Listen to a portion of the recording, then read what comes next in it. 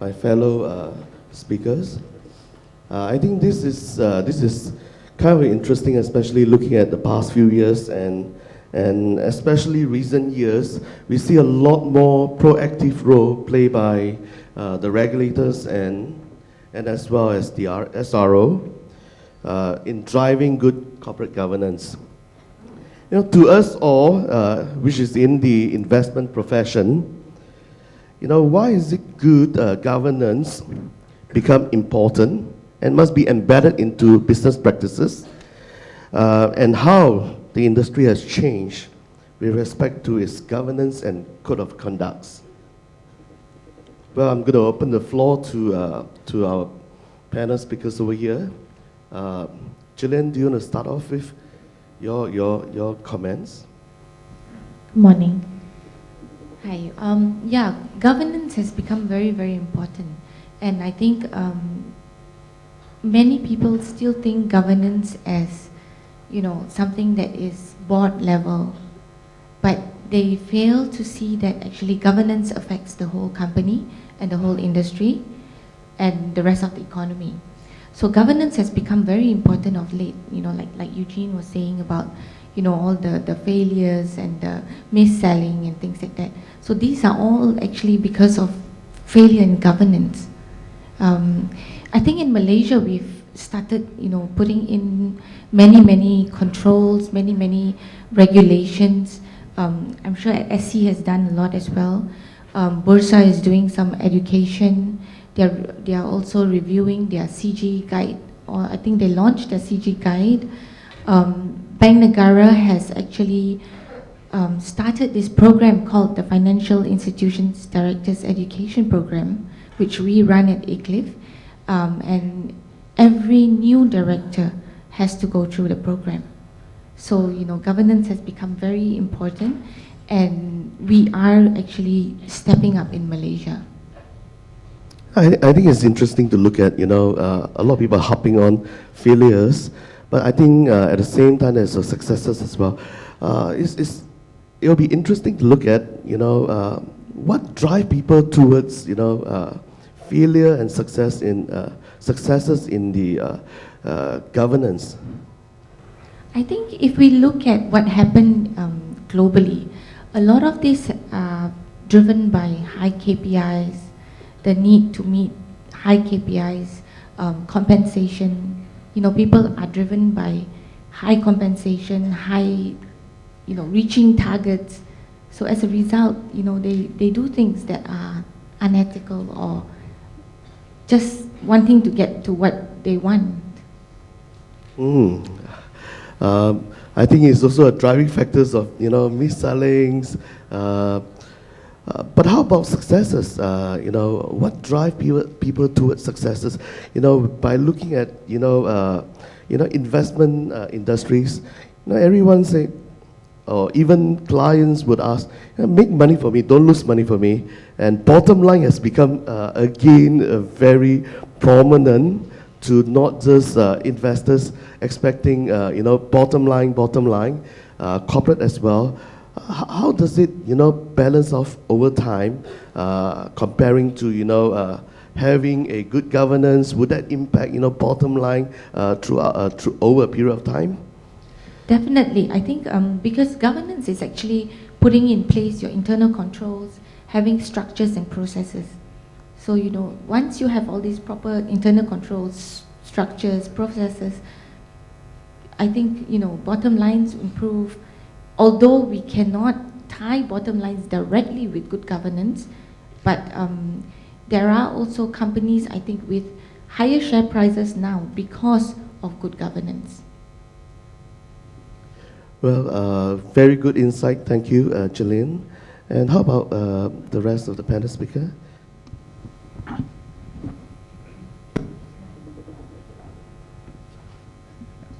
Okay, good morning. Yeah, thank you for inviting me for this panel roundtable discussion. Now, of course, I think we have to look at the whole thing holistically, the totality. Meaning in our industry, CIS or unit trust industry or fund management industry, I think the important thing is we all must remember that the money that are entrusted to us to manage actually are savings of the investors. So it's no difference of investor putting money in the banks. I think that is a very basic fundamental point we have to look at. And because of that, all the players in the industry must have high standard or so-called much higher standard to safeguard this money, all right, for the investors. So the players are, of course, number one, the SC, the regulator, or even the Ministry of Finance, the SC.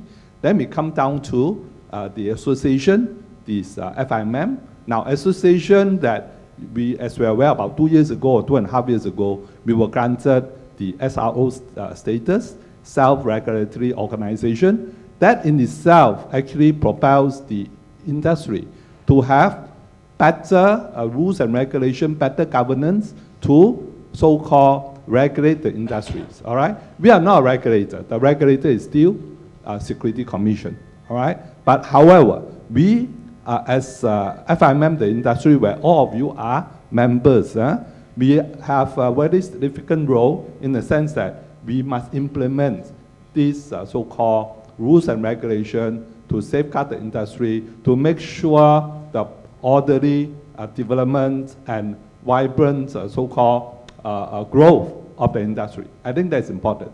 I think the role for FIMM is very important. Now, then comes down to you and I, all right? We are the manufacturers, you are the distributors, all right? I think it's important that we share all these important guidelines and all these behavioral guidelines to all the members so that every one of us play a very disciplined role in order to ensure that the savings of our investors are properly managed so that reasonable return will be provided to them over time. Now, over time, surely in the last few years, I think we have regulators, SC has come out with product innovation like REITs and also business trusts, all right? Now, for also appointments of FIMM as a SRO, and for FIMM, the role is we have independent or more than independent public interest directors, all right? Now, not only players like us, we are representing all the members, but the directors, the public interest directors that look into the interests of the industry and, or most important, the investors, all right? The investors. I think that is a key thing. And of course, over time, the FIMM role is to make sure we so-called study, analyze, and ensure that the rules and regulations are properly done in order to propel the industry to a higher ground. So for UTCs, for registered persons, I think the most important for you all to, in order for you to grow, in order for you to have better business, in order for you to earn more money, I think if all of us play a professional role, I'm sure the industry not only can grow in the next 250 years, 2,500 years. All right? I think that is very important. Okay, thank you, Paul. I think, Mr. Ho, it's interesting to look at, Anger. I think a lot of people would want to actually know a little bit more in terms of, the role of independent board members in FIMM. Have them been, driving force behind of enforcing the SRO to have, better governance? Oh, sure. I think the public interest directors make up 45% of the board of directors of FIMM, all right? So you can see the 45%, the industry players are 55%. So industry players, in a sense, are in a more dominant position. Is still you and I looking at the interests of each other. However, the 45% are learned men and ladies, all right? They will contribute positively to the development of industry. They, in a sense, that play a very fair role in terms of looking at the industry for both as issuers or producers of funds and also the investor interest, like, for example, the most important thing is a fair treatment of all the investors. I think that is very important. And we have also laid down rules and ethics and rules of professional conduct of the unit trust consultants, that how we are not trying to control your behavior, but once you are in this business, you have to behave in certain ways. All right? You have to behave in a professional ways. You have to behave above board. You have to take interest of the investors as a paramount consideration. That is interesting. Looking at driving corporate governance from top down. Would it be is driven on the bottom up basis? Have you seen any successes that you're seeing? Corporate governance has been driving from a bottom up basis instead of driven by regulators and SRO. In a sense, actually, it's driven from a bottom up because the association or SRO association is represented by industry players. All right? As a fund house, we have unit trust consultant under us. We are part of you. We represent you to the industry. In a sense, we hear the so-called the issues, problems from the unit trust consultants. All right? Now, successes are, we can see number one, the growth of the industry.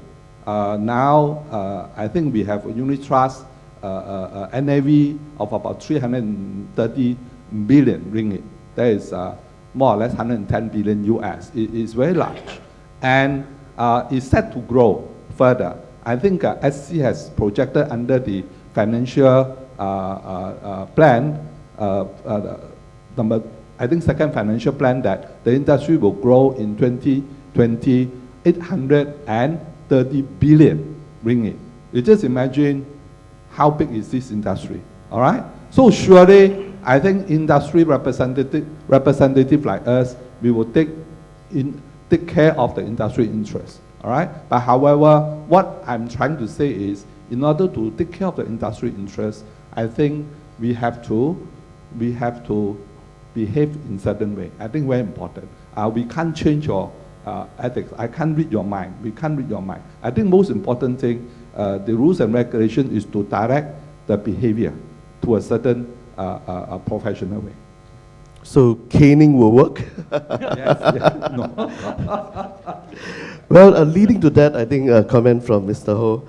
In terms of what are some of the activities undertaken presently and industrial-wise, and especially in your respective organization, what are the impacts of these regulation changes to your organization? Mr. Nazaruddin, you want to share that? Thank you, Paul. Good morning, ladies and gentlemen.